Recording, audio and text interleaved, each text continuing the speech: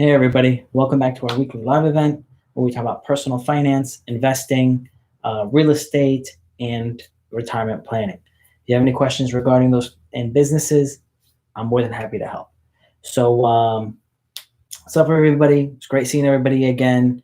I hope everybody's staying safe during this coronavirus. So it is something that we've never experienced before. It's kind of crazy, but it's really important to kind of keep your head on right because soon we're going to have a lot of deals coming up, and there's going to be a lot of opportunity for us to make a lot of money in these deals. So I'm going to give you a real quick example of how you can make money happen. I just put out a post on all the platforms talking about how to live in one unit and rent out the other three. And everyone's like, where do you find a 4-unit property for $180,000? I bought, back in 2011, 12, I tried to buy a property. And the guy, I want to be accurate. So back in 2010, I wanted to buy a property. I was willing to pay the guy $300,000 for his quadplex. But when I called, it was a for rent sign. I called the for rent sign. He said, no, I'm not interested in selling. I said, okay, when you are, give me a call. 3 years later, he put up the property for sale. He never called me, but I'm always watching. And that's why I want to focus on real estate and not get distracted by the stock market, because you're going to make way more money in the real estate market. Now, what did I do? I saw it for sale for $200,000, a 4-unit property that is 2 blocks from the water. So I right away called the agent up and I said, I'm going to buy it. And we negotiated him down actually to about 182. Remember, I was willing to pay $300,000 for this property. And at $300,000, it would still made money buying it for $300,000, renting out 3 sides, living in 1 side. At this point in time, I already was living in another multi-unit, so I didn't need to go into this one. And luckily enough, this person was offered owner financing. So I was able to scrounge up the $40,000 down payment, put the down payment on the $180,000 property, rented out the property, I was able to bring in that type of money, which is really awesome. Now, think about it. The profitability on that deal is like your return on investment is like, based on the down payment of 40%, is like 35% return on investment. That's ignoring appreciation. That's ignoring how I'm paying down the mortgage as well. So it's an amazing opportunity. Now that property is worth $550,000. But I raised the rents to like $1,000 or $1,200 a month. So even at that price, it still makes sense. It still makes money. So it's still a good deal. Now, what's going to happen is someone's going to have a property they're going to want to sell. They're retired, they want to sell, or they bought too high and the bank's going to take the property back and it's going to be on the market. The property at $550 is going to end up being sold for like $350. You're going to have a chance to buy these deals. At $350 with $1,200 a month rent, or $1,000 a month rent, even $800 a month rent, it is profitable. Now, if you imagine, I bought it at 180 and increased the rents from $500, $600 a month to $1,000 to $1,200 a month over a 6-year, 7-year period of time. I made the value increase exponentially. So by looking for good deals in the right markets where the area is appreciating, there's growing, there's job growth, there's people with money coming in, then you're going to be able to take care of these opportunities as well. And you're going to make a lot of money on those deals because, as I've been telling you, you make your money in the buy. So you got to be ready to buy when these deals come. So you want to stay focused, and you're not going to know what to buy if you're not studying your market. So while you're busy studying the stock market, I'm busy studying the real estate market and waiting for these deals to come in 6 to 9 months. Yes, it's a slower game, but the profits are huge. Because if you imagine, my $40,000 down payment built an equity of $370,000 of profit. And again, last year I pulled out $180,000 cash. You see it in my one of my Instagram videos or my YouTube videos. I pulled out that cash. So I literally put down 40. 5 years later, I pulled out $180,000 cash. I got no money in the deal. Actually, I'm negative 140 in the deal. So what did I use that money to buy more deals? This opportunity is going to come up. Remember, guys, I'm going to answer all the questions in a few minutes. I just wanted to give you a real quick, explanation on certain topics, and then past the lecture portion, we're going to go into your Q&A section. But there's a lot of good stuff now that you're going to need, you want to learn. So you're going to learn, you're going to study your market. You're going to understand what's worth. What is the value of the assets in your market? What is the value of the properties?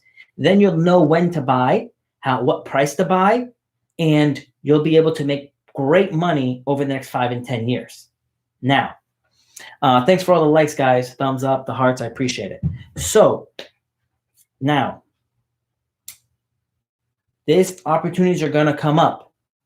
The numbers I'm giving you are examples. Use the same examples and run numbers in your markets and see what is the mortgage going to be, taxes, insurance, water, sewer, garbage, and then you can figure out your profitability.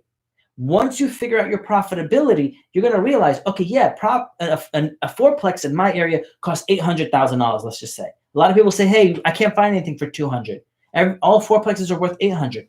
$800,000 could be a very cheap deal in your area, because if it's $800,000 and your rents are $2,000 a month a unit, then it's a cheap deal. $800,000 is a very good price for that property, as long as it's a good area that's appreciating. Remember, good area that's appreciating, it's most important. It's not really what you're paying for it. You're not making a lot of your money in the rent. You're making some money in the rents. The real money you're making is in the appreciation of the asset over time. So this is really going to be, you need to be your focus, because if you keep sticking on all the things you just like, oh, I can't find something for $200,000 or $400,000, you're not focusing on the point. You need to learn how to run the numbers. Once you learn how to run the numbers, you're going to realize that something that's worth $200,000 for a 4-unit in the middle of nowhere is too expensive. But something for $1.2 million in LA for a 4-unit could be cheap. You have to study your market and run your numbers to know what it is. What is it worth? Because when you figure out what your expenses are, then you're going to realize, wow, I can make more money on a $1.2 million property than I can at a $200,000 property. I'll give you a perfect example. Condos usually look very cheap to people. And I get the question all the time.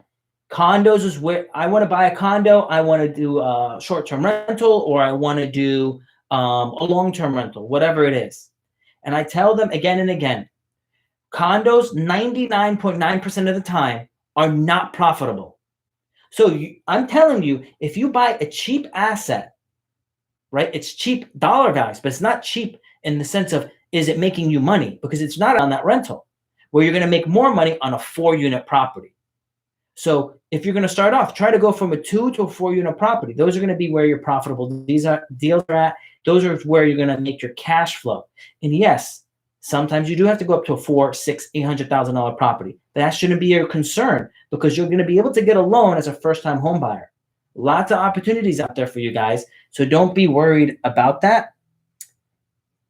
Be focused on learning and understanding how to make this stuff work, right? You can't, like, it's this equation is not a problem. The equation is a solution.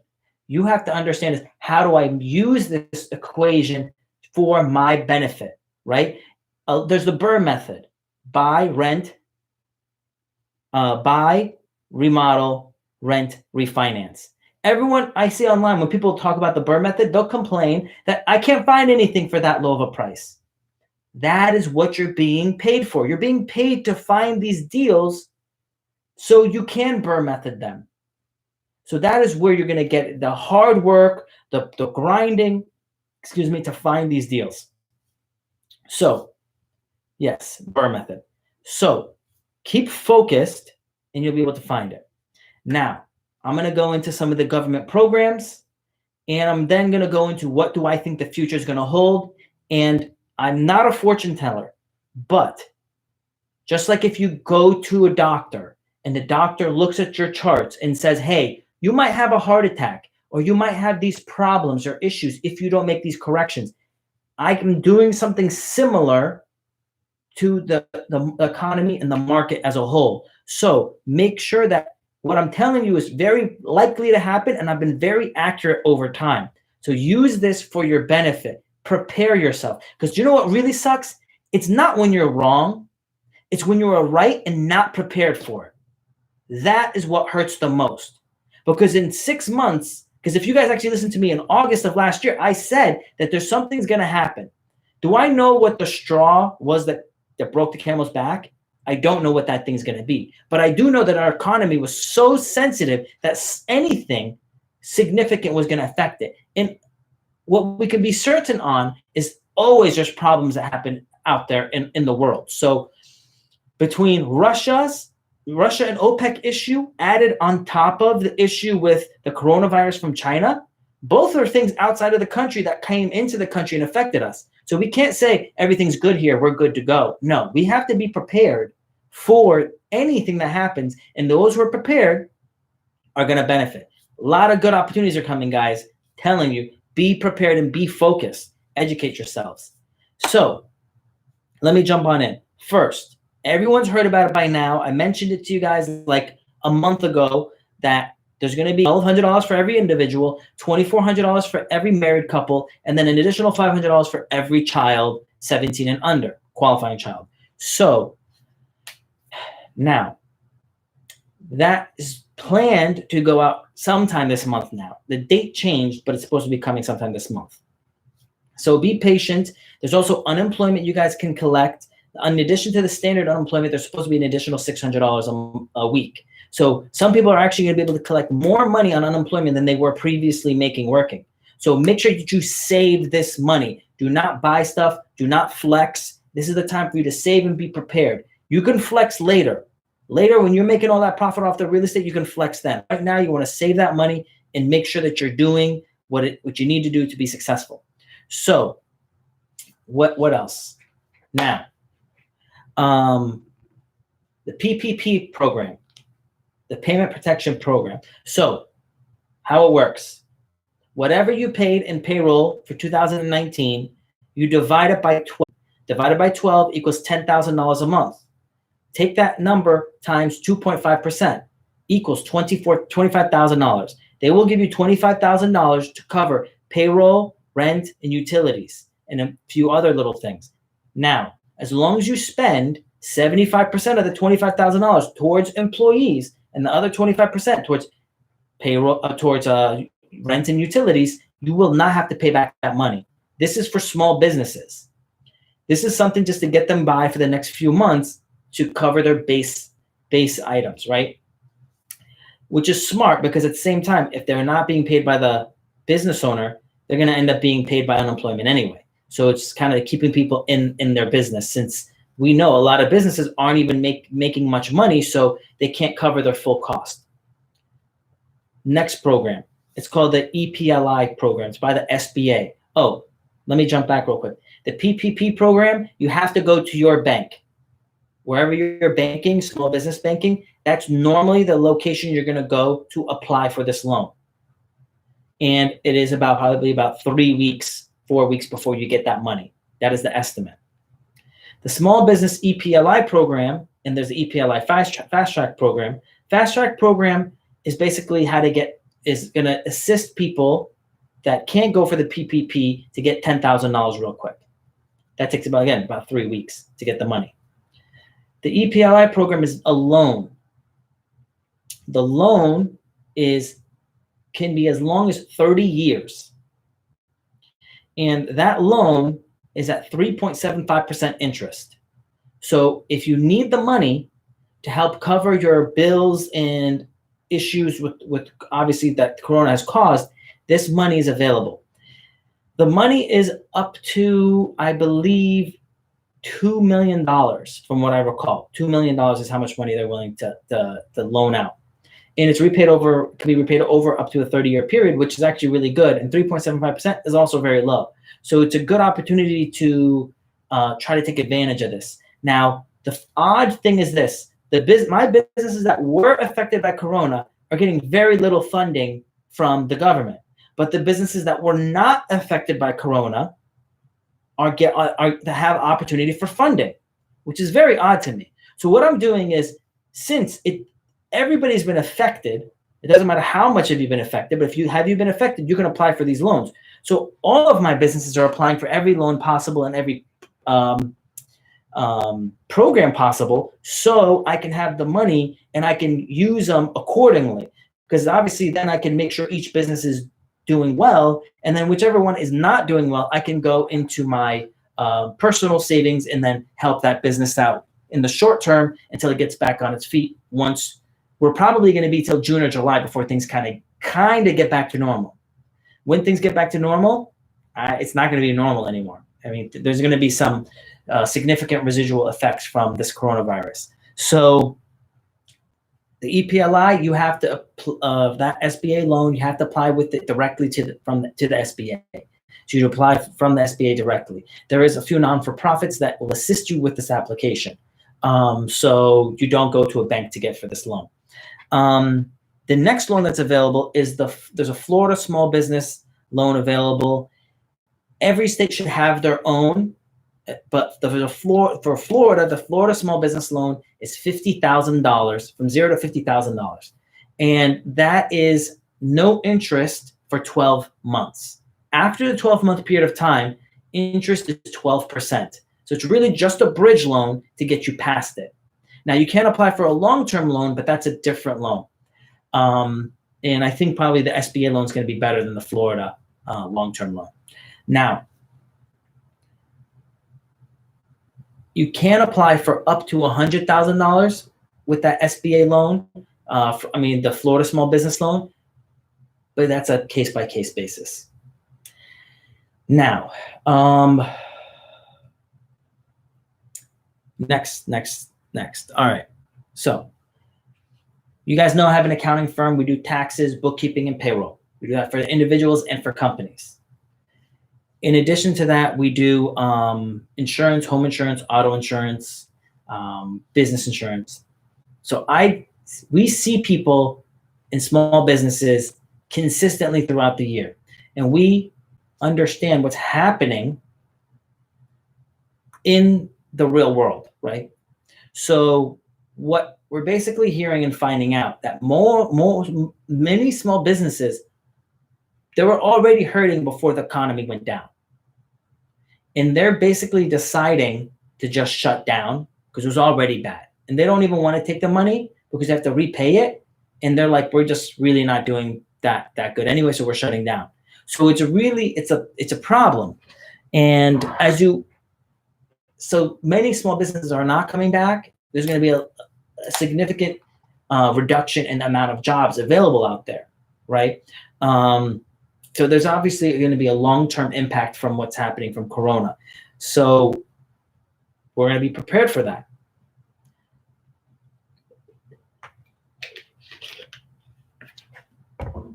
So what does that mean? Let me go back to what I talked about in August of last year. I said average American, 70% of them cannot cover a $400 emergency. That means they don't have any money in their bank, okay? So if they don't have any money in the bank, they can't, it's going to be a problem. Anything could have gone wrong and caused a significant impact in our economy. Because if anything happened that would cause jobs to drop, it's going to cause a lot of people to go bankrupt. So if 70% of Americans cannot cover a $400 emergency, and we're already at like record lows of unemployment.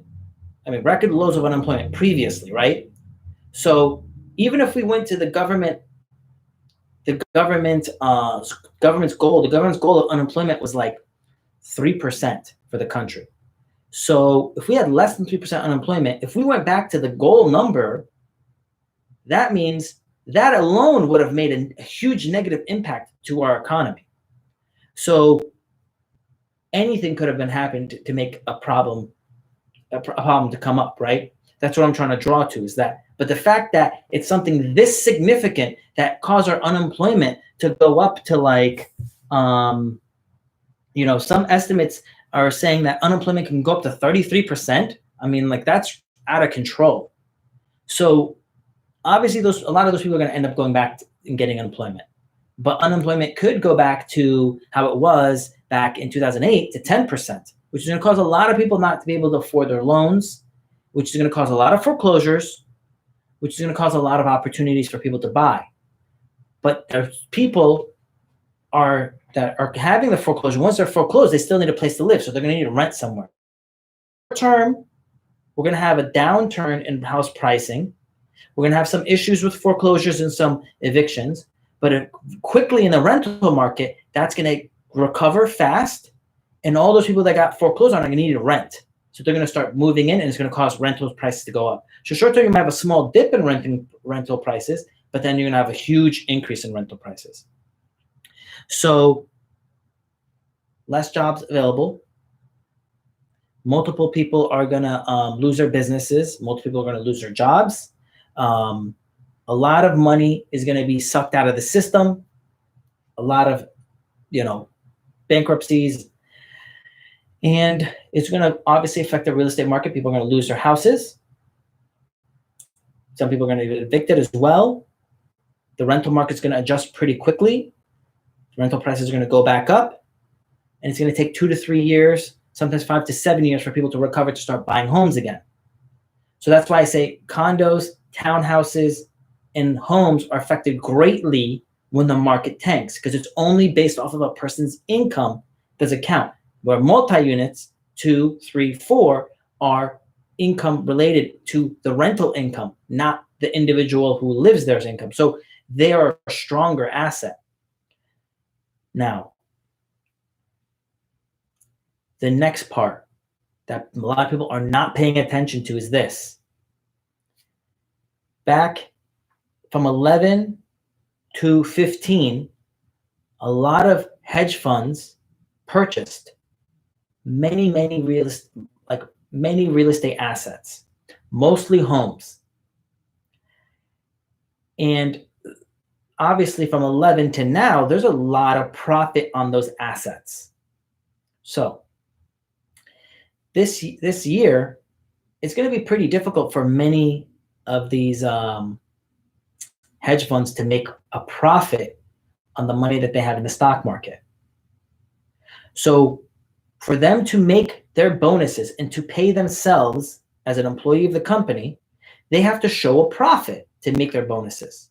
The only thing left for them to do to show a profit at that point will be the real estate they bought back in 2011 through 15. So even if real estate falls 10, 20%, that's still more than what they bought it for from 11 to 15. So they're going to start selling as well. So when the builders who built all these homes and there's no one to buy them start selling, all these new people that bought homes in the last 2 to 5 years that can't afford them anymore are going to start selling and getting foreclosed on. The landlords who just bought very expensive properties who were not prepared, right? Didn't buy right, didn't buy smart, are going to lose their properties. And now these hedge funds are going to sell their properties as well. There's going to be a huge supply. There's going to be a high demand, but the demand for the people who actually can afford to buy anything won't be there. You guys will be there because you've been listening to me. But the rest of the people are not prepared. And some of the people who are prepared are afraid to buy at that point because everyone's running away. When everyone's running away, you run in. When everyone's running in, you get out. Unless it's an amazing deal. Then everything changes. Now, that's why I think since unemployment's going to last 6, 9, 12 months. Okay, that's fine. But the unemployment with the extra money is not going to last that long. So eventually people aren't going to be able to pay their basic bills anymore. That's going to cause some foreclosures. The home mortgage forgiveness is for about 6 months. And then you can bundle it back into the loan. But that's probably going to be the people that still have a job. For those who don't have a job are then going to start the foreclosure process. So then another, say, 3, 6, 9, 12 months, we're going to have a lot more homes on the market from foreclosures. A lot of people right now bought Airbnbs in bad markets or in a market where the only way you could be profitable is doing Airbnb only and not profitable if they actually rent it out annually. They're going to have a problem. So you're going to see that there's going to be foreclosures that are going to happen in 3 months, and people giving up their properties in 3 months, some in 6 months, some in 9 months. And then in 9 months, we're going to have all the hedge funds trying to, or 6 to 9 months, we're going to have all the hedge funds trying to sell a lot of their assets. There's a huge backlog of foreclosures that were supposed to come to market. They're going to be coming to market soon. And that's going to keep going. So from 9 months to 24 months, we're going to see a lot of foreclosures and a lot of assets coming to market, which is going to give us an opportunity to buy. At that time, they're still going to be holding interest rates low. The government's going to hold it low to try to boost the economy back up. And they're going to flood the market with liquidity, which you might see something happen where you'll be like, okay, maybe the stock market's possible for it to correct. But you're going to notice that the correction itself doesn't make sense because people aren't spending. You might have a lot of corporate buybacks in the next 6 to 9 months. So the asset stock value is going up. That's because there's less shares available on the market. So don't let that confuse to be the reason of why the asset, that company is still worth something. So at the end of the day, assess all assets you're looking to purchase to see, is it actually a good asset? Does it have a true value of a reason for you to purchase it? Because otherwise, you're going to be caught. Don't just buy a condo because you think it's cheap. You have to have a real purpose. Hey, my mortgage, taxes, and insurance and association fees and everything is 70% of the rent. That's not a bad condo. That is going to be extremely rare to find. And sometimes if you do find it, it only works because that area that you're in is never going to appreciate. So be very cautious to be what you're going to buy, whatever it is, so you know that you're buying the proper asset that's going to help you make some money in rent and appreciate over time. So now I'm going to jump in some Q&A for you guys. Remember, whoever requests to go live, I answer those questions first. Whoever's on YouTube, I answer their questions second. Any questions in the questions section, I answer third. So here we go. Let's go to the first question we got here from John. It says, no evictions for a certain period of time. A lot of people will still get evicted after. That is correct. Let me explain this. Evictions and the mortgage forbearance does not mean you don't have to pay it. It just means you have more time to pay it. So if you're still collecting rent or still making money, pay your rent. Because otherwise, in 3 months, you're going to have all the money owed. It's going to be really hard to pay. And a lot of people have a bad habit of anytime they have money, they spend it. Okay? They spend it. So if you have the money, pay your rent. Again, if you're looking to be a real estate investor, if you have an eviction on your record, it's going to be really hard for you to buy a house, right? First-time home buyer. So don't think you're going to save, $1,000 in rent and then screw yourself on making $200,000 on a real estate deal because you ruined your credit or you ruined your history. So, all right, guys, submit your questions. Let's see if there's any. Jamaro71 says, isn't the process of buying a foreclosure or auction property more difficult than a regular home purchase? Yeah, answer is depends on your skill set, because you can buy a foreclosure pretty easy. I can buy a foreclosure pretty easy as a regular home purchase. And either one could be difficult depending on what the seller is doing. So if it's the seller or the contingencies that's the problem. Auction purchases as well. You can buy an auction purchase very clean, or you can come one with a lot of issues or with a lot of liens on from cities, and you have an annoying city or you have an easy city. It really depends. So it's not cut and dry. Remember, at the end of the day, it's the deal that matters. Is it a good deal, right? Is it undervalued? Can you do good value add? And then depending on that, you could then determine, is the headache worth it? Because sometimes you have to do a lot of value add. And if you do a lot of value add, it takes 6 months. And if it's a horrible city to work in and it takes a lot of time, your value add, you thought you were going to do in 3 months and sell the property within 6 months. Well, it took 9 months between permitting and getting the work done because the city sucks with all the stuff that they're doing, like holding up your remodel. So now you're selling it in 12 months. Well, now you have hard money on a 12-month loan. You're making very little money on this deal. So it doesn't end up becoming worthwhile for your return on investment over time. Because time value of money can be an enemy for you or could be your friend. If you're young and investing in real estate, why did I do so well?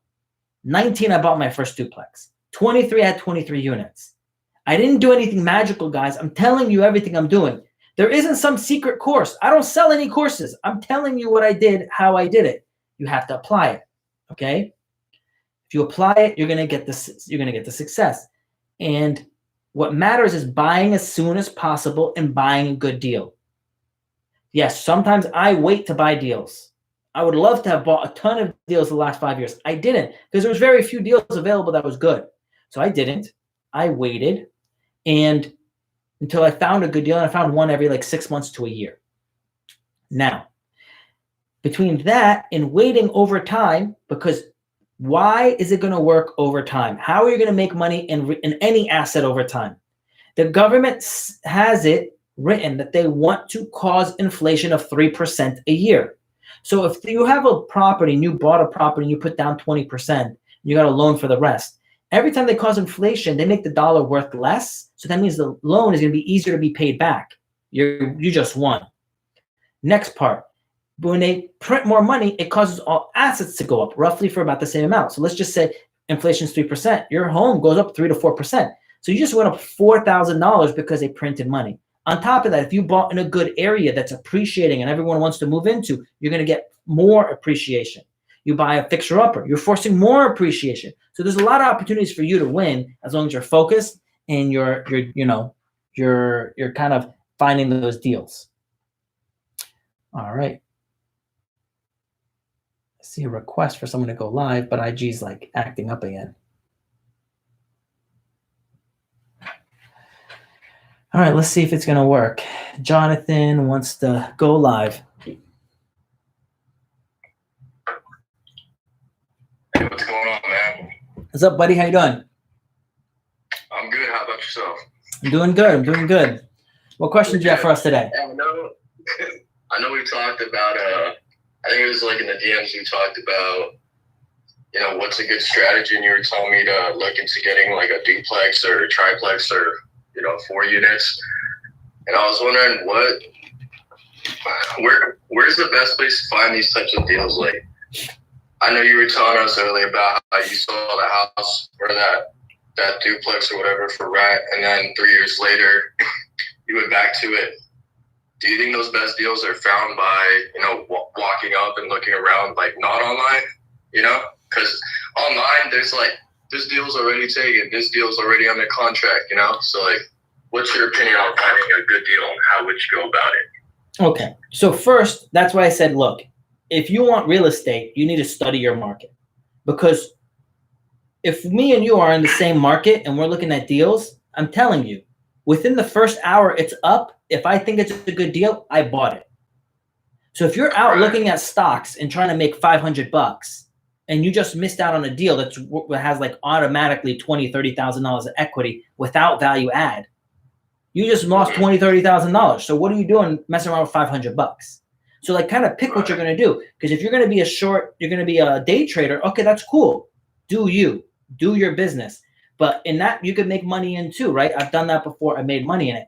But it's a lot of work just sitting there in front of the computer like for hours. I'd rather just have it DM me or ping me every time I got a new deal that hit the MLS and look at the deal real fast. Within seconds, I know it's good or not. And I'm on it, or sucks, next. So would you suggest getting a realtor who could, have my search criteria and then they ping me like that? Is that you can do that? Best deals from? No, I have them do that. I get it everywhere. Let me tell you, like, again, I want to buy a lot of deals, and I have investors now that like want to buy with me. So we have a lot of money to buy a lot of deals. So we're looking everywhere possible. So everyone is saying that they're not getting good quality on IG. Remember, on YouTube, the quality is a lot better. So jump on there. Now, so one, when the deal comes up, you need to know what's a good deal in your market. So then you can buy it immediately. Two, I mail letters to people as well, right? So you can mail 2,000 letters and you might get like 1 or 2 deals. But if you spend $1,000 to do it, but you saved $15,000 on a purchase price, it's worth spending $1,000 to save $15,000, right? So it's an investment. And the next thing I do is I actually walk up to people. Like if I see it says for rent or for sale, I'll go talk to the person. I'll try to see, feel them out and be like, hey, I love your property. I own a lot of properties in the area. Would you be interested in a cash offer or a deal or whatever? You don't always have to get a cash deal. Like some people care about a cash deal, but they really don't care. Like if you close in 30 days, they don't care. It's rare for someone to be like, yeah, I want cash. Like unless someone's in a very bad situation where they need the money now because they're going to get foreclosed on, then they do need a cash deal. Okay, so one more question for you. So right now with everything that's going on, I know there's going to probably be a lot of foreclosures coming up. Do you suggest I look for like a 3 or 4 plex deal? Do those even go foreclosed on, like the 3 to 4 plex units, or is that only like the houses that will mainly be, Those are rare to get foreclosed on. It's very rare. Okay. Can it happen? Yes. Can you get an estate sale? Yes. Like, can it happen? It's possible. It is extremely less likely. It's really rare for that to happen. But can it go up for sale at a discount? Yes. Right. So 2 to 4 units are still going to come up on a discount. So normally it goes like this: worst, condos; second, townhouses; homes; 2 unit, 3 unit, 4 unit, bigger and bigger and bigger and bigger. And this is considering they're all in the same area, right? Now, for example, like if we're now ignoring area, one area could do better than another, worse than another, and such. So, I think in the areas I like buying, there's a lot of people buying that didn't know what they're doing. They were trying to do Airbnb. In areas that were not even legal to do Airbnb, all those houses are going to go up for sale. Now all the Airbnbs have been shut down for like almost, it's going to be like a month and a half by the time it's, the ban is lifted. They just bought the place. They don't have any money. They just remodeled it, spent like $100,000 in a remodel. I know, man, it's crazy. Everything's taking a dump right now. But, and the thing is like, and that's why I don't want to be like that guy that'd be like, yo, like, and I've told people like that I know, hey, don't buy a house right now. And this was before all this happened. Don't buy a house. Stay renting. Like people think I'm going to say buy a house. No, I'm going to tell you if it's not a smart idea, don't buy a house. Like rent, and then you can buy a house later. You can do something later. Like things just are not adding up. And this is before everything happened. This is like 2 months ago. And I said, hey, in 1 year, if things hit the fan and the guy next door you buys the same type of house as you for $50,000 less, are you going to be mad? And she's like, yeah, I'm going to be mad. I said, well, maybe you don't want to buy right now,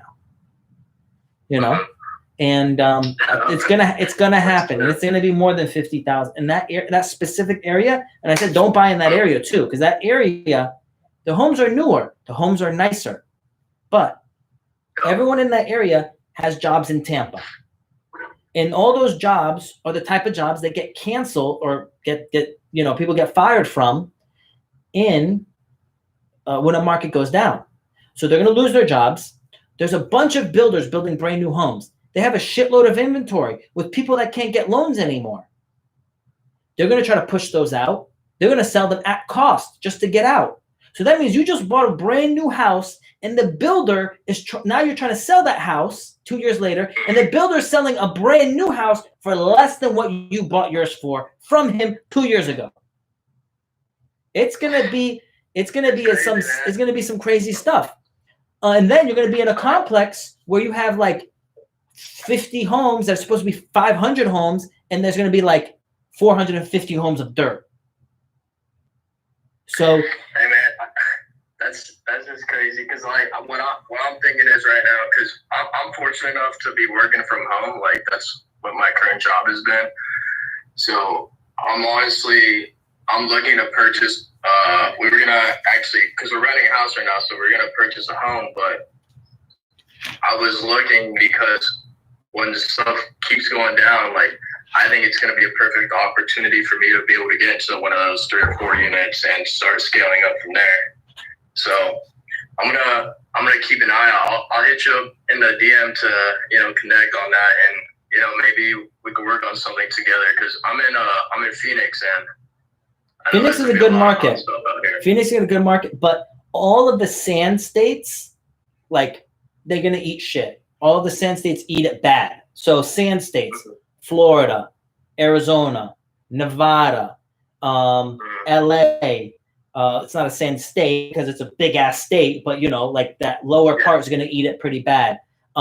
Texas is gonna eat it pretty bad. Oil prices, anytime oil prices below like $45 a barrel, Texas does really bad. Where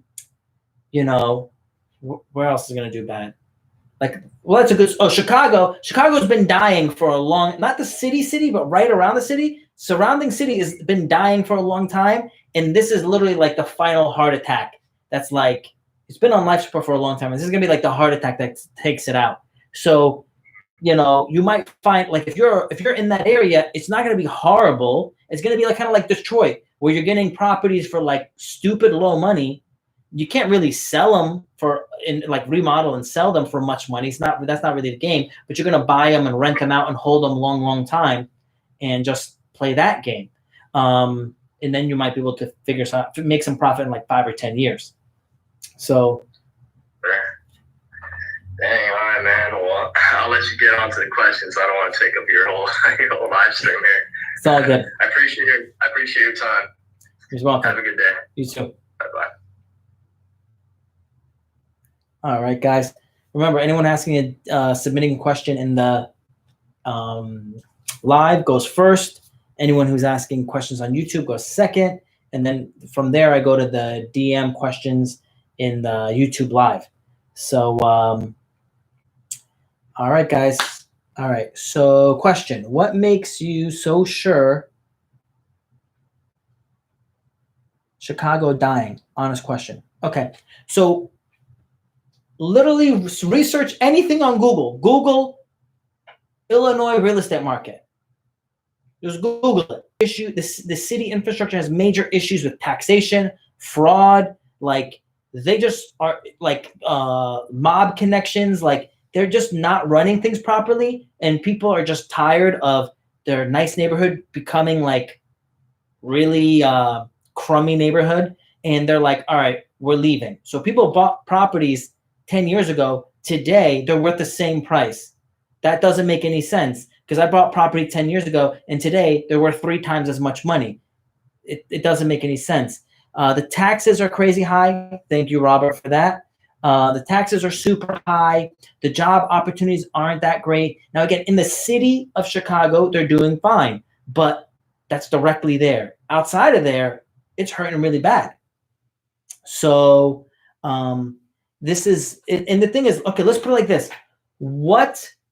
The price of rent, the price's rent is based off of jobs. Jobs, and do people like to live there? Okay? If you have those two things, that's going to make price of rents go up. Now, if you don't have jobs, even people love living there, the prices are going to be low. The only time that changes is if you're like in Naples, Florida, where the people there are super rich because they lived in New York City and they moved down and bought a place there, and they're living off retirement and have a ton of money in their, in their different businesses and things like that. So that will cause prices to go up too. So but what is that? People want to live there. They enjoy living there. So that's the other aspect of it. So if you don't have a favorite thoughts on St. Louis, Missouri. To be honest, I don't have much thoughts on St. Louis, Missouri, because I don't know much about that market.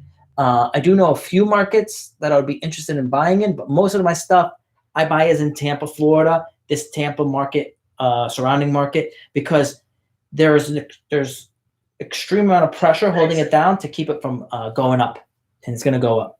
Hi. What's up, buddy? So I had a question. So how can I feel in this quarantine days, and what can I do? What's the advice? So while you're home, you know, everyone saw the TikTok video, like I'm in my house bored, right? Right? Bored is because you're not like, you know, there's nothing like stimulating us. Just remember this, opportunities are going to come, and therefore they're going to come to the people that are training and preparing, right? So when the market goes down, like it's going to be going down significantly in 9 to 12 months. That's an opportunity for people to buy. And you might get lucky and buy a great deal if you're fast. So how do you do that? You have to know your market. You have to study your market to know it. So I can't put that in your head. You literally have to look at houses, at duplexes, at multi-units, see what they're selling for now. And what condition are they in now? And how much is the rent now? A real 100. Like not fake, actually 100. Like people think I'm joking. Run the numbers 100 times. You're going to know, wow, I know this city better than anybody else. You'll know the city better than a realtor. A realtor doesn't do that. So I have one question, like mutually. So I will have a motivation from at the start, but after starting doing that things, motivation will die. How can you advise for this? So I have the same problem. I also have like, I think I have ADD. No one told me I got ADD. I think I have it, right? Like, you know, that's why I like doing 6 things at one time. If you have an empty wall behind you, put up the pictures of all the stuff that you want to do. You want to own a 4-unit? Put up a picture of 4-unit. Put it all around. And then when you're like on TikTok for like 8 fucking hours, then you're going to be like, wow, this is not going to get me where I want to go. And really, this isn't even that much fun. So like back to like dieting, like I'm going to talk about dieting. I started like, well, I was really heavy set. I wasn't born like fit. I was born fat, short, whatever. I don't have any genetic advantage. I started jogging on the treadmill and I saw, wow, I'm on this treadmill for like an hour and I burned like 600 calories. Then I ate like a Twinkie and I looked at the package and it was 600 fucking calories. I spit it out of my mouth. I was like, that is not worth 1 hour on the treadmill. Now, when you're screwing around with whatever it is, right, that's not giving you anything, it is like eating empty calories. Because you're going to realize, wow, I lost your most valuable thing you have is time. You cannot go back. Like you're going to go into the future or to like, man, I could have done so much better if I didn't screw around here. I didn't screw on there. Okay, well, how do you do that? You're going to then realize, okay, I'm not going to screw around. I'm going to do something that gives me something. And as long as you keep putting that back in your mind and you keep doing it, you're going to eventually start liking it. Like, for example, if you're on Instagram, if you're on TikTok, and you just liked a whole bunch of girls' asses and you're following them, and now your feed is all ass, it's going to distract you. Like, I'm going to be honest, it's going to distract you. But if you want it, then you're going to follow every single business channel. You're going to unfollow all the girls, and you're just going to be focusing on that. So then everything you're digesting is what? It's going to fill your brain. So like, I believe in God, right?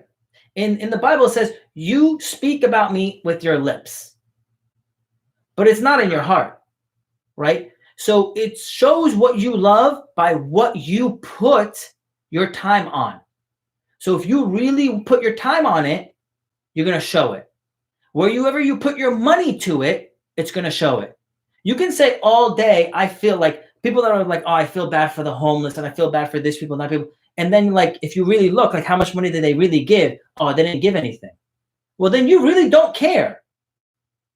So whatever you put your time on, your money on, your energy, your focus on, that is what you care about. And if you continue focusing on it, I promise you, this is a kid that was not born in this country, that didn't get his green card till he was 25 and didn't become a citizen until he was 30. I had driver's license issues, working issues, all this stuff, but I wanted it. I wanted it bad. So I said, I'm going to keep going in this direction till I get what I want. And then Okay, thank you, sir. God opened it up. It. Thank you, sir. I appreciate it. You're welcome. So I got all answers. Thank you. Bye. You're welcome. Good job. Bye-bye. Good luck. Bye. All right, guys. Great questions.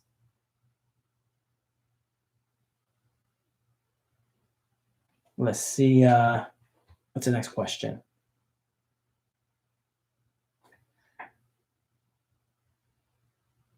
Hello. Hello? What's your what? How should we make money? How should we make money without investments?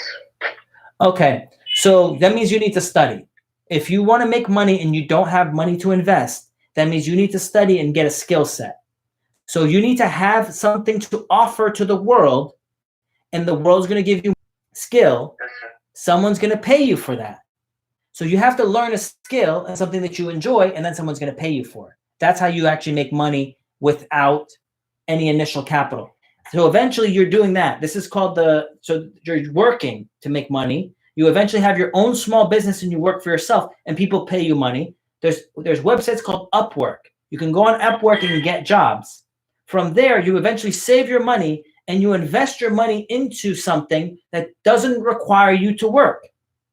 Or you can get employees to work underneath you, and then they can make you money as well. Eventually, you're going to buy big apartment buildings, like 100-unit apartment building that you don't have to do much work for at all, and it's going to keep on sending you money. And that money goes out and makes more money and more money and more money. But initially, you have to give something. And no, you can't just buy an apartment building and think you're going to make money.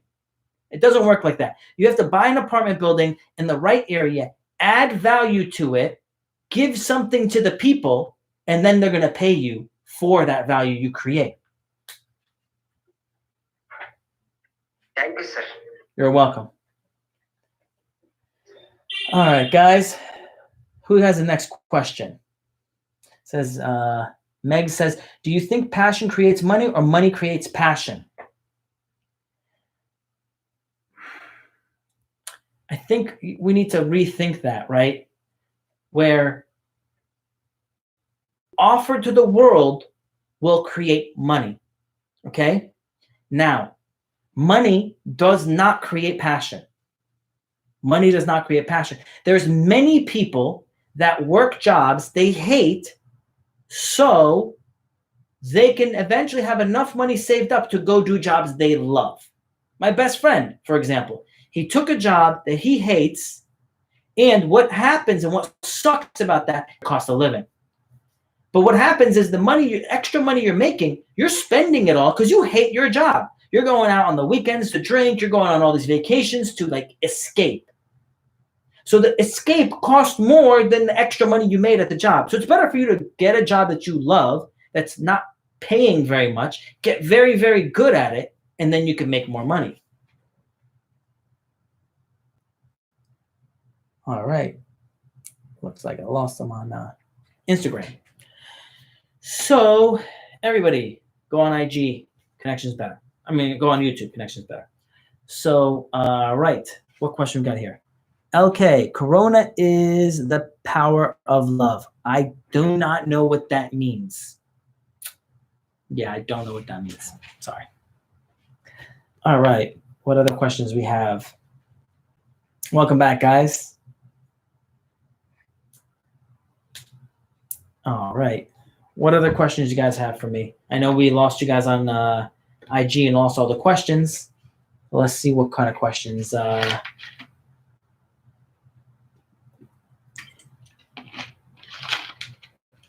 you hear me? No audio? All right.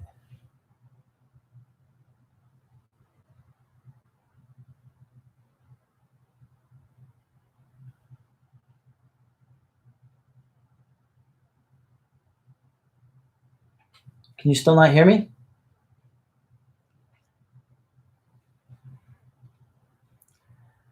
So yeah, guys, join on YouTube.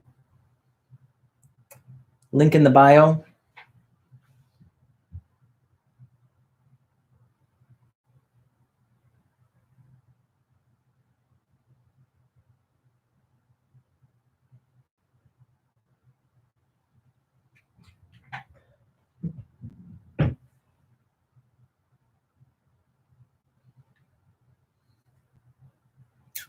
So you guys have any questions? Drop the questions in YouTube while we wait on TikTok. So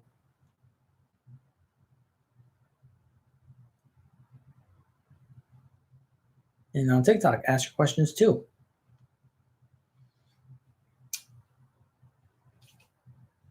YouTube. So let's see it here. Okay. Is Zillow a good source to find deals? You can find deals on Zillow, but usually not the best deals. Now, there's two ways you can do it. Zillow or Realtor.com. You can look for deals on there. When you're looking for a deal, how you're going to benefit is when you're looking for a deal, once it comes up, you got to pull the trigger. You got to be fast, and that requires you studying your market, right? So in addition to that, there's another way you can do it. You can look for properties that have been there for a very long time. Properties that have been on the market for a very long time. Then go and submit an offer significantly undervalued. Pretty soon, you're going to be able to submit offers for like 10, 15, 20, even 25% less than what they're asking for. And they're going to want to sell because it's going to be, and what's going to happen is, like, I have money to buy, but what's going to happen is me and other people that are in this position, right? Warren Buffett is sitting on $150 billion, 1/3 of his positions in cash. There's a few other hedge funds in a similar situation, but what they're going to do is they're going to sit back and they're going to wait, and then we're like, they're going to get deals. Hey, we're going to give you 10% off if you buy my property or buy my business, and they're going to be like, no, I don't think so. I'm not going to buy it right now. I'm going to wait. And they're going to wait. And they're going to wait. And they're going to wait. And the property's going to go down 10, 15, 20, 25%. I mean, I'm excited. I'm really excited. It stinks, right? It really does stink. But it's hard at the same time because many people have told them, do not buy now, or don't buy this deal, or don't buy that deal. But I really want it. It's like, okay, but understand you better be prepared if things go bad because it's going to be hard to cash flow. So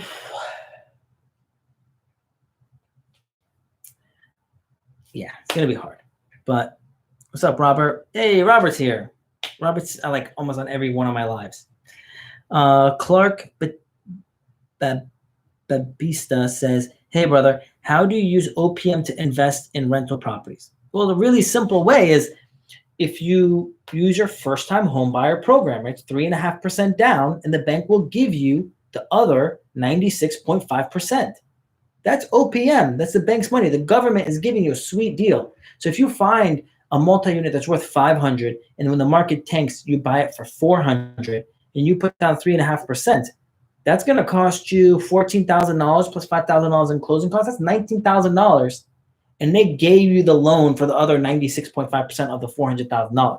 That's an awesome deal. So thanks for all the likes, thumbs up, the love. I appreciate it, guys. That's an awesome opportunity. It's an awesome deal. So you got to kind of look out for those things, you know?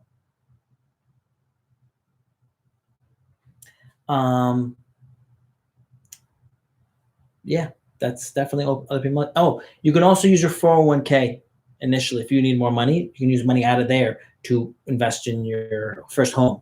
And now you can actually take up to $100,000 out of your 401k and not pay the penalty because of the coronavirus.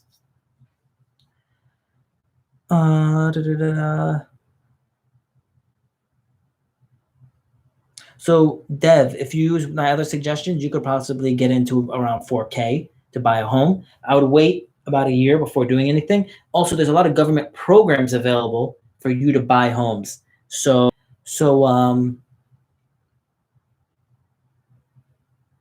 thanks, Dev. I appreciate you. Dev said, I appreciate you for your time and for this time and effort. Thank you. I appreciate the appreciation. I appreciate the thumbs up, the likes, the comments, sharing my page on IG, YouTube, and TikTok. Please, guys, share my YouTube page. I'm almost at 1,000 followers. So let's try to get that to like 1,000, 1,100, 1,200. That'd be awesome. I appreciate that. So Hugo says, have you ever considered buying a 100 unit to scale your portfolio? yes, I would love to buy a larger complex. I really, really would love to buy one. They're very hard to find. They're very hard to find. They're very hard to find. You know, especially profitable. Profitable ones are very hard to find. It's such a high demand. Every asset type has gotten so expensive. You know, it's so. If you find one in the Tampa Bay market, let me know. Or even Sarasota, I'll go down there too. Fishy says, one of these days, can you walk us through how you look for deals? For example, Zillow or Realtor. I look on Zillow. I'll look on Realtor. I'll mail out letters. I'll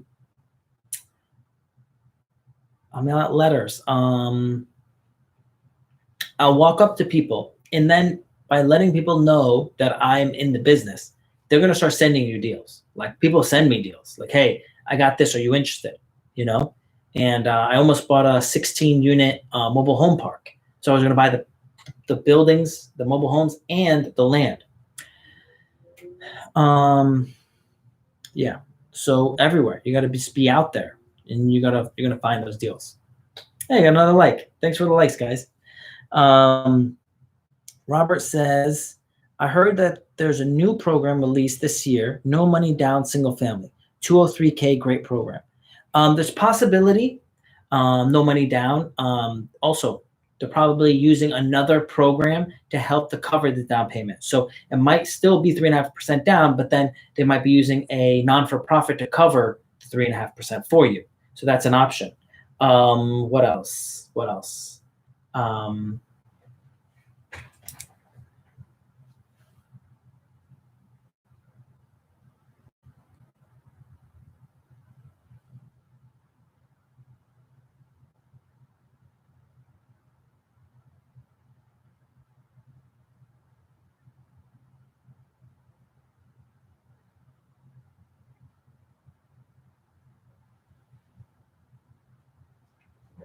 So sorry about that. Now, so back to the point.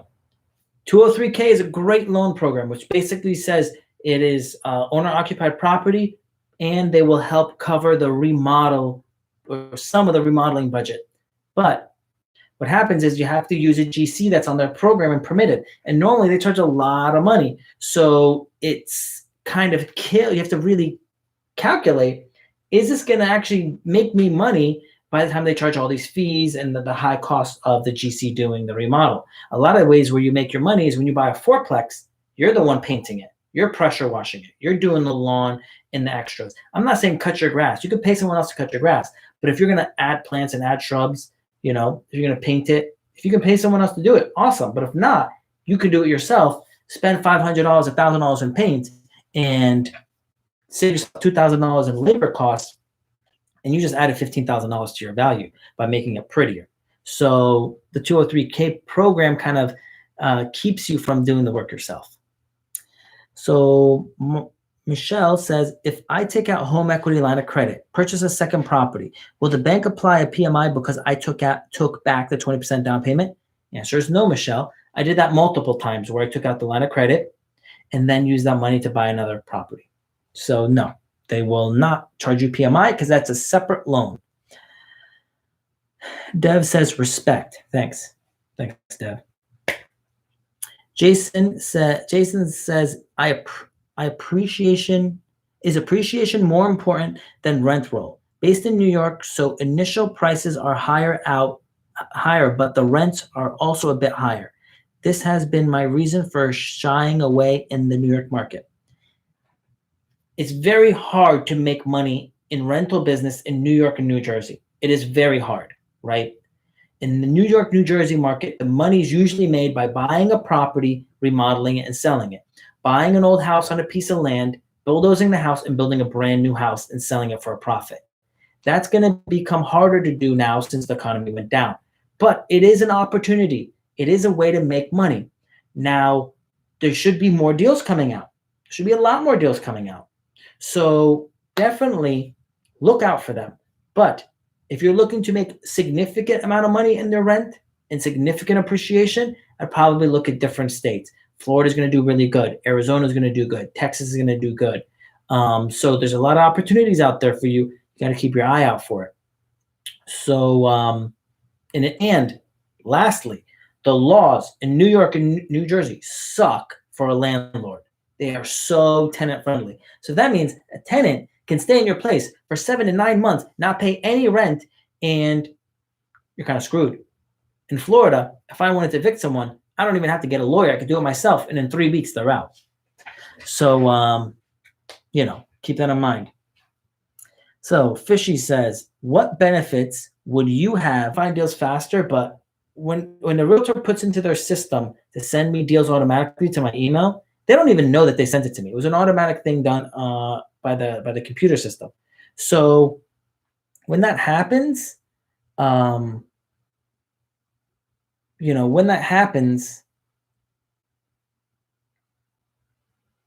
about that. So when that happens, what was going to be the difference if you went and found it as a realtor and went on the MLS, or if it automatically gets sent to you? There isn't really a difference, right? Now you can say, well, I'm going to save the 3% commission. You are accurate. Yes, you could save the 3% commission. But let me tell you this. A good deal is going to go fast. And I found it out to be better to go directly to the listing agent. Hear me out on this, guys. You go directly to the listing agent. That means the agent that put the property up for sale on the market. Let them keep the 6%. Manny Koshman says the same thing. I'm fine with the other agent keeping the money. Because if you get a deal that's 15% off, 20% off, or there's no discount on it because it's already priced very well and it's an amazing deal in an amazing area, you want to make sure you get it over someone else. So let them keep 3% if you're going to make $50,000, right? It doesn't matter. So you got to keep your focus on the important things. Don't nickel and dime and penny pitch. And if a realtor, sometimes, again, there's good realtors out there too. A good realtor can bring you a deal. A good realtor can bring you a deal. So yeah, they deserve their commission. Getting a realtor license yourself is not necessary, right? There is few benefits, but very few benefits. So actually my friend, she's a realtor. She just sold her home and she did it for sale by owner, didn't even use her real estate license, right? So, not necessary. So, Oily Hoss says, will it actually end? I don't understand the question. Hugo says, there's 24 people watching and only 2 likes. Come on, guys. Let's give Pascal some likes for his time and valuable information. Thanks, Hugo. I appreciate that. So Michael Mason says, what if I have 20% down payment for a second deal, but my income isn't enough to cover both mortgages? Will the bank still give me the mortgage? Remember, it's not just based off of your income. It's based off of what the asset's worth, right? And it's based off of the additional income generated from the new property, because that income is going to help cover the mortgage. So when I'm looking at a fourplex, all right, if you're looking at a fourplex, and let's just say it's like a $400,000 deal, $500,000 deal, you're going to put down $100,000.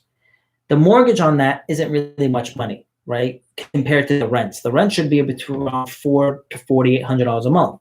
When you're looking at mortgage, taxes, insurance, water, sewer, garbage, the amount of rent's going to generate is significant. So when they're not looking at your rental income, they're looking at what the property is going to make. So that's why once you start buying duplexes to fourplexes, it becomes a lot easier to get the deal because they don't care about your income. They care about the income of the property. Now, it does become a problem where if you're going to buy a fourplex that's fully empty and it doesn't need a lot of work, normally they won't give you a loan on that. What they're going to do is you get a hard money loan. You do all the work. You buy it, you remodel it, you rent it out, then you refinance. That's called the BRRRR method. And then you're going to get a low interest rate loan, and you actually probably going to get all your money back out because the amount of value you built is so much that they only really need 70% of value. It's great opportunity. Great opportunity. So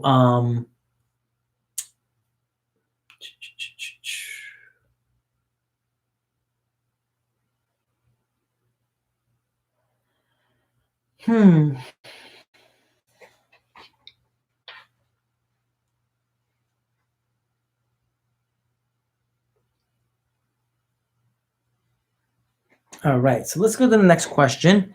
We have some great questions, guys. All right, so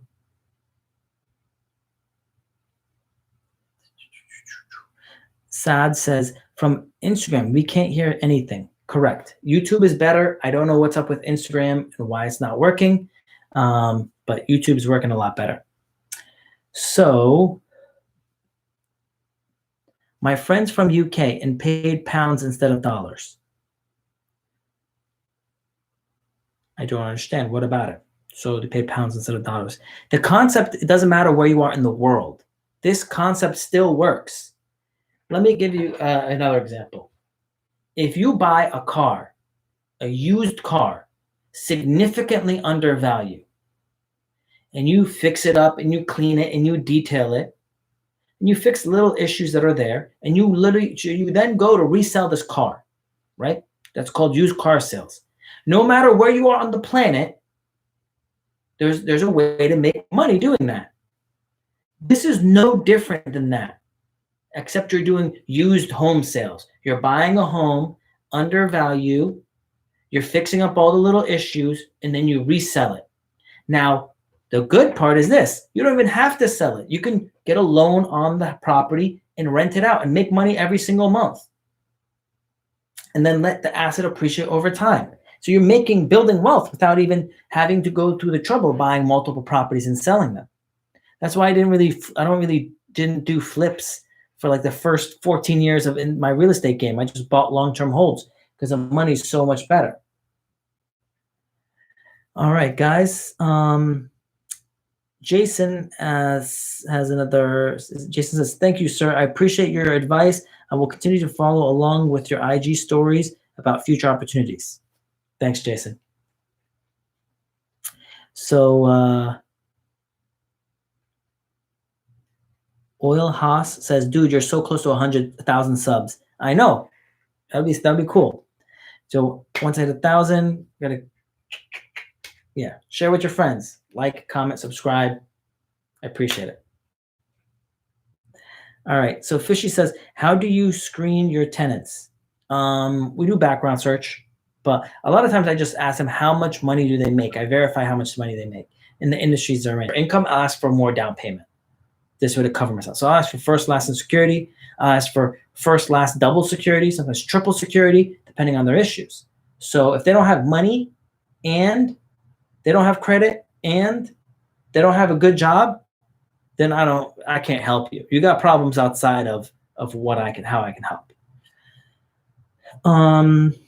Ali says, "Hi Pascal, are you familiar with Nashville, Tennessee? Area is going to be as bad as Texas, and buying a multi-unit better than buying an office space."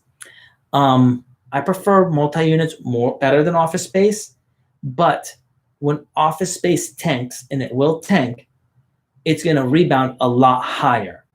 It's going to rebound significantly higher than rental property. So keep your eye out for both and see what you can cash flow along the way. And Nashville is a good market overall, but it is going to take a beating in the short term because Nashville also has a lot of business where people go there to do business and have like conferences, and that's going to be less in the coming years. Someone says Instagram is blocking the info you are sharing with us. Yeah, I don't know, man. It's like Instagram's weird. That's why I'm doing it on YouTube. Hey guys, can you hear?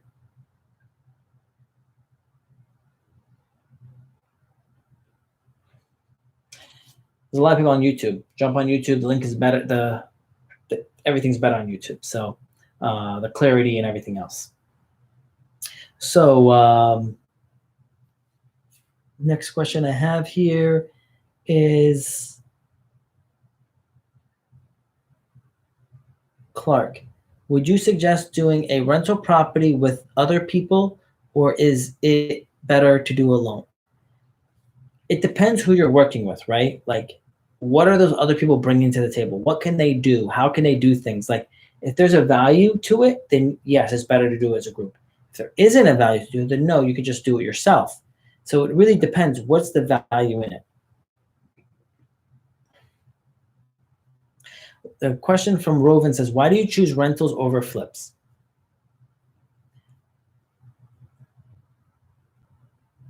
So, 1 second, guys.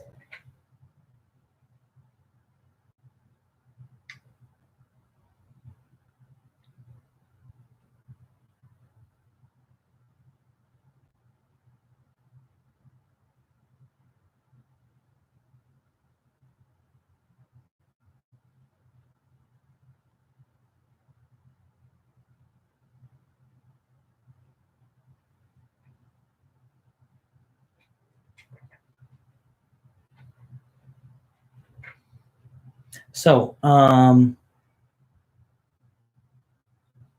let's see here. Next question on YouTube.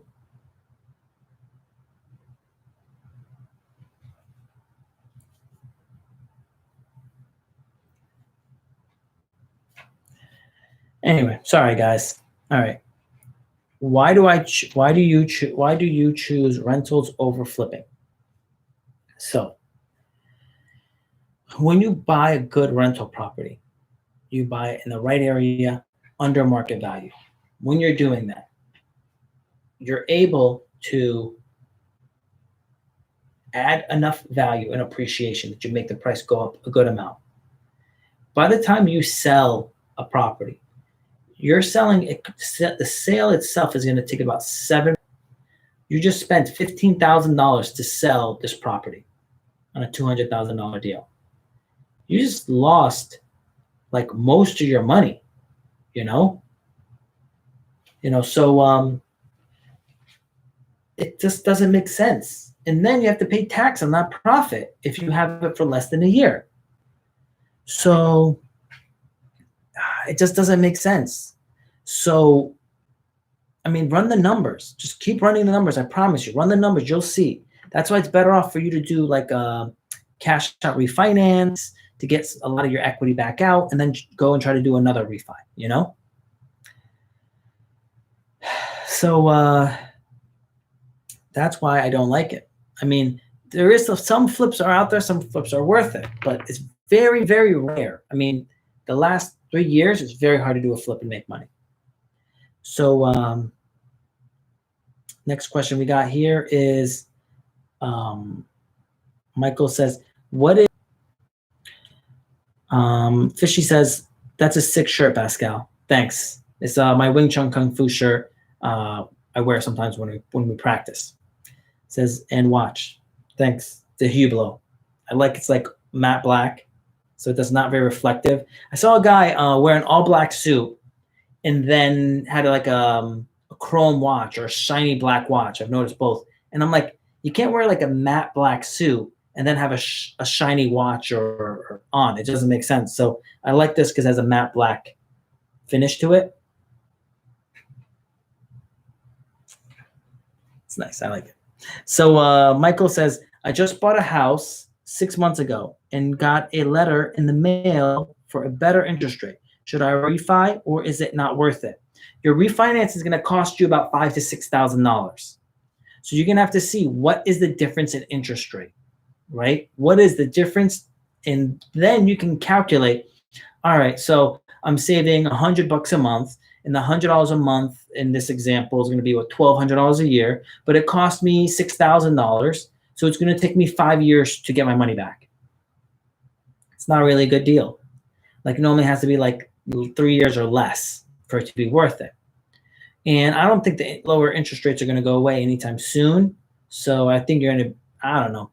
I don't think it's really net worth it, you know?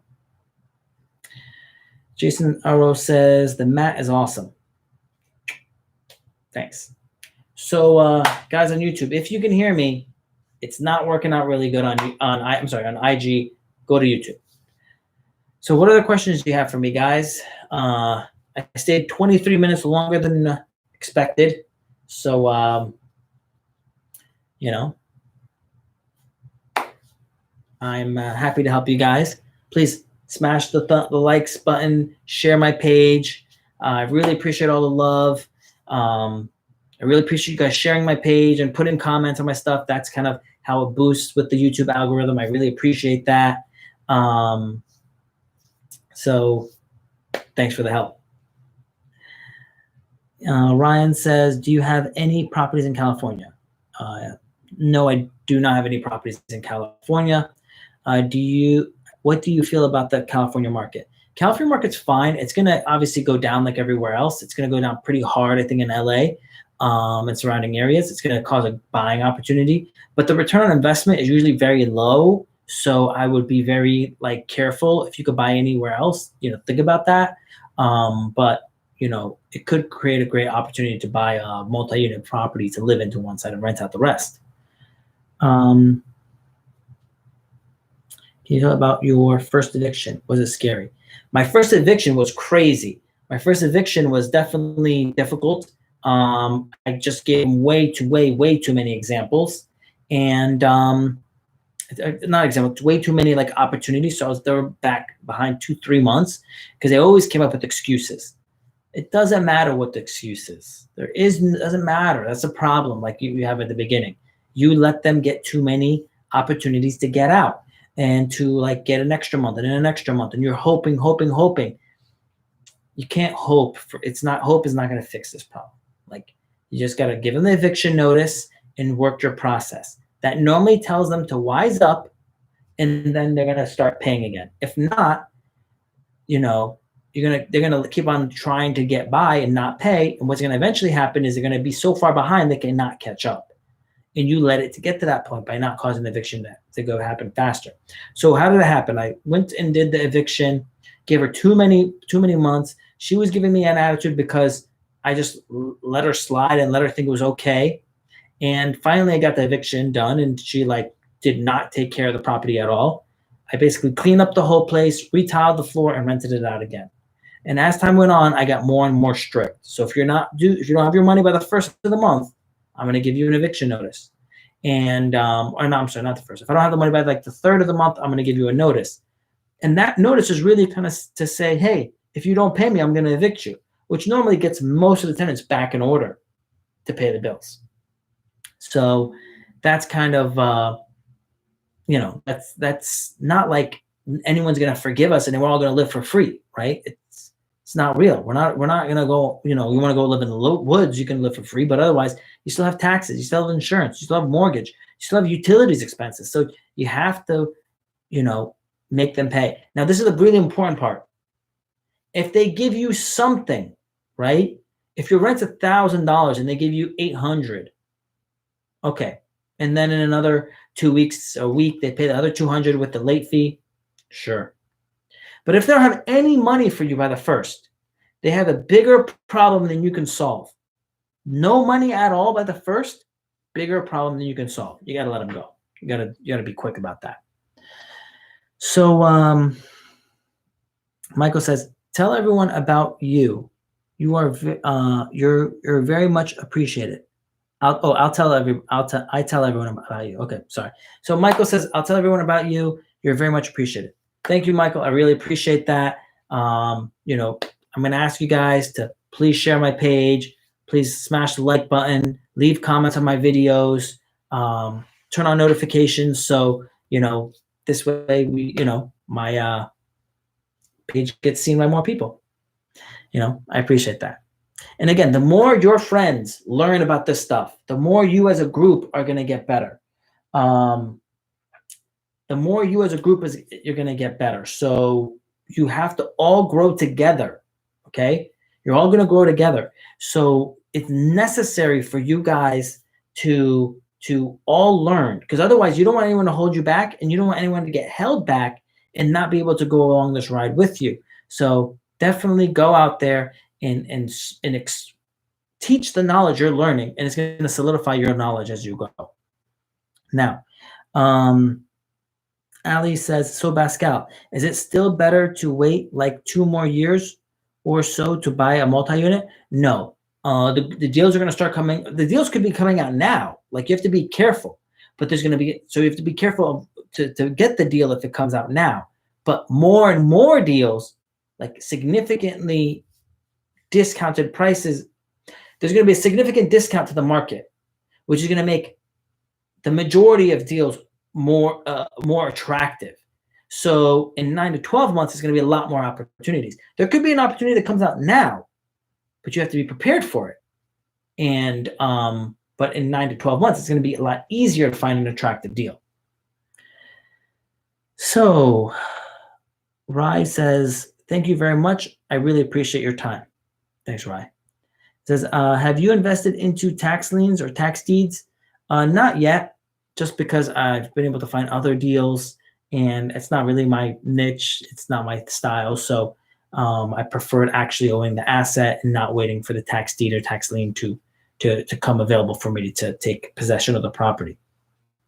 Hugo says, do you collect a security deposit before renting the property? Yes, I do. Sometimes it's 1 month's rent. Sometimes it's 2 months' rent. Sometimes it's 3 months' rent, depending on the person's situation. So if it's $1,000, I can charge $1,000 for rent to move in, plus I'll charge another $1,000 for security. So it's $2,000 total. If the person has not the best record, but I still think I want to give them a shot, I'll charge them $1,000 plus $3,000 security. Now you're wondering, who has $4,000? Well, someone that has a good paying job that screwed up their credit, and now they can't get anywhere else to live. Now, you might be wondering, well, they're unwilling to give me $1,000 deposit, $2,000 deposit, $3,000 deposit, and they still have these issues on their record that I'm uncomfortable with. Then the answer is, do not rent to them, because they're not giving you a good reason to give it to them. You have something that's in demand, a rental property. So they have to justify themselves. You don't have to justify yourself. So if they can't come up, you're going to find someone who can fill what you need. So next question is, do you keep an eye on all your properties to make sure tenants are following your rules? For example, no pets, etc. Or do you do that once a month? I don't. Right? It's a waste of time. Initially, you're anal about everything. Anal about everything. Let me tell you, you cannot monitor everything. You just need to monitor the big things. Make sure your AC is being cleaned every 6 months by your AC company. Make sure the filter is being changed when they go out. If they go out and they see that AC filter has not been changed, then you need to make sure that you write them a notice and let them know, look, you're not maintaining my property. You're going to get evicted. You need to treat the property well. So, but don't, like, all the little things. Now, again, if you have a no pet policy and you have a strict reason for that, other people are probably going to tell you, hey, they have a pet. And then you can write them a notice. You got to get rid of that pet or you're going to be evicted. And then normally they'll get their act together. So Michael says, I'm renting out a bedroom in my house and I'm planning on renting out my basement. In the event something doesn't work out, how do I get them to leave? By the way, I live in New York. It's very hard to get them to leave. In New York, it's very hard because then you'll have to go through like a 9-month eviction process. It doesn't have to be 9 months, but if they get a lawyer and they get extensions and they get whatever, and it's in the winter and you can't evict someone in the winter, then yeah, it can become a problem.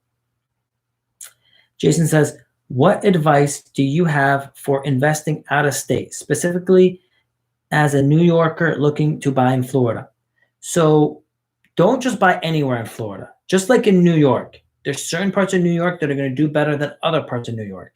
So like, you want to invest in the part that's up and coming, but that's not there yet. The good thing about prop in Florida is that all parts of Florida are still up and coming, except Miami. But Miami is going to eat it really bad. The hot parts of Tampa is going to eat it really bad. Orlando, same thing. St. Pete, same thing. So they're going to have a significant price reduction. But that creates opportunities. I buy where all the retirees live because their income is consistent. They constantly have that money. They're getting the money every day every month from Social Security or their pension or their investment accounts. So those are the people I focus on.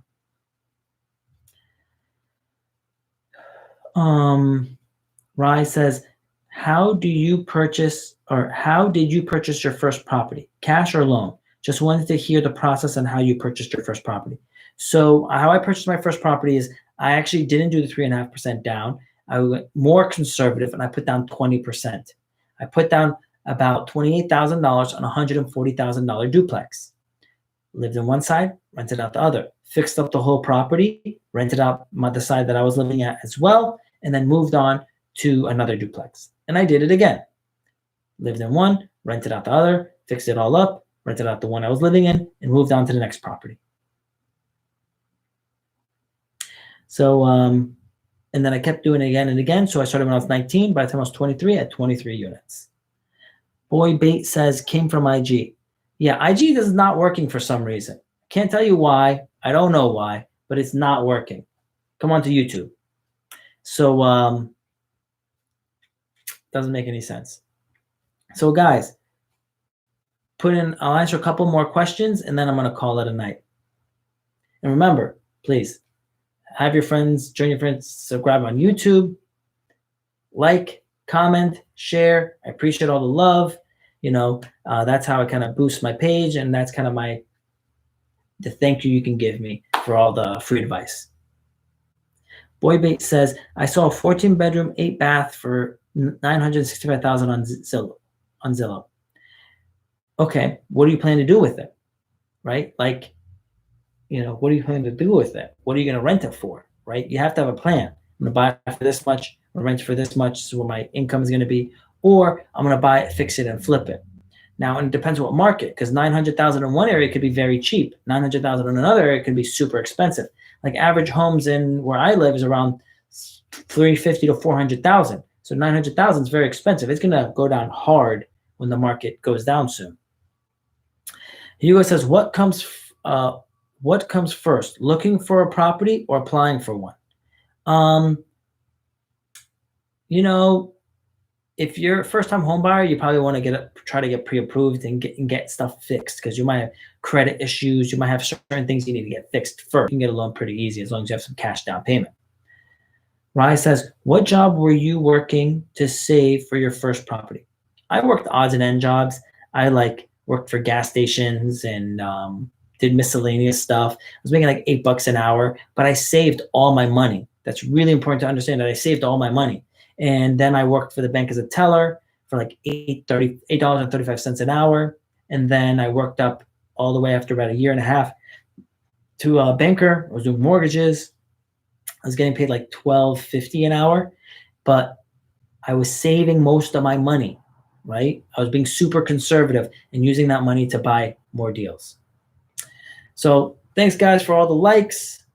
Please smash the like button. Share my page with your friends. Please leave comments on my stuff. On the stuff I do on IG as well, and YouTube and TikTok. I appreciate the love. Thank you guys for everything. And I'll answer these last two questions and then we'll call it a night.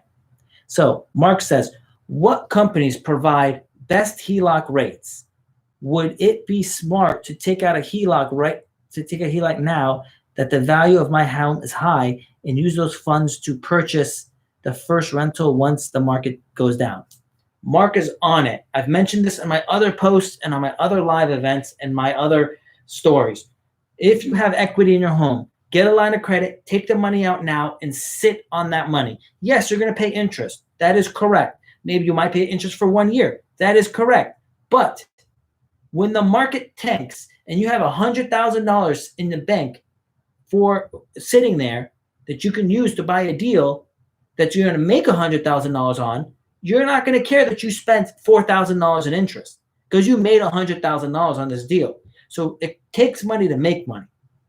Now, if you have equity in your home, do a cash out refinance, take the money out. The biggest issue people have when they lose their house is they have a bunch of equity in their house but have no money in the bank. and they lose their job and they cannot refinance and take any equity out. The market tanked, so most of the paper value they had in their home is they lost all their wealth. So take your money out now so you have some reserves. Especially if you don't have 11 months of reserves to cover all your expenses in a savings account. If you don't have it, you better pull the money out of your home and put it there as an emergency to cover all of your expenses, your health insurance, and everything else. Do not put it in the stock market, because if the stock market goes through a second round of a downturn, you're going to be eating it. It's going to hurt. And it's very likely for the stock market to tank again. It's very likely. So be prepared. Really great point, Mark. Great point, Mark. I like it. Cash out, refinance, and then do a line of credit. And I've tapped out all the equity on my home, on my personal home. I tapped out all of the equity. So all of that is sitting in the bank waiting. And it might wait a year. But if something comes up and there's a great opportunity to buy a 50 unit, I'll be like, hey guys, I found a 50 unit who wants to invest. And those deals are going to be really rare to find. But when it comes out now and the market tanks, I'm going to be picking them up. Great point, Mark. So Rovan says, what's a good area in Tampa I can invest in rental property? So you're going to want to buy in secondary and tertiary markets that have a good mix of jobs that are not going to be affected by the market downturn and is going to have still appreciation for them to go up in cities where people like to go when they want to get out of the big cities. So like Seminole Heights does well, but Seminole Heights is same thing like the Channelside district. 10 years ago, they dumped billions of dollars in it and it tanked. They spent billions of dollars again in that, and it's going to tank again. And for me, people are like, it's so nice. And I'm like, yeah, it is nice. It's going to tank again. I don't think Channelside is going to do good. You're going to see it's going to do really bad when the market goes down, because there's so many condos there and everyone's going to lose their condo. So the values are going to drop hard. Hugo says, okay, so who is it? Rai says, appreciate you very much and for all of your knowledge. Hugo says, thanks, Pascal. Fishy says, good night, brother. Rai says, worth every second. Tyler says, can you get an FHA to buy land and then put a prefab home on top? I think there is an opportunity to do that. It's very rare to find a lender that does that type of loan, but I think you can do that. Guys, it's been amazing. It's been a great live event.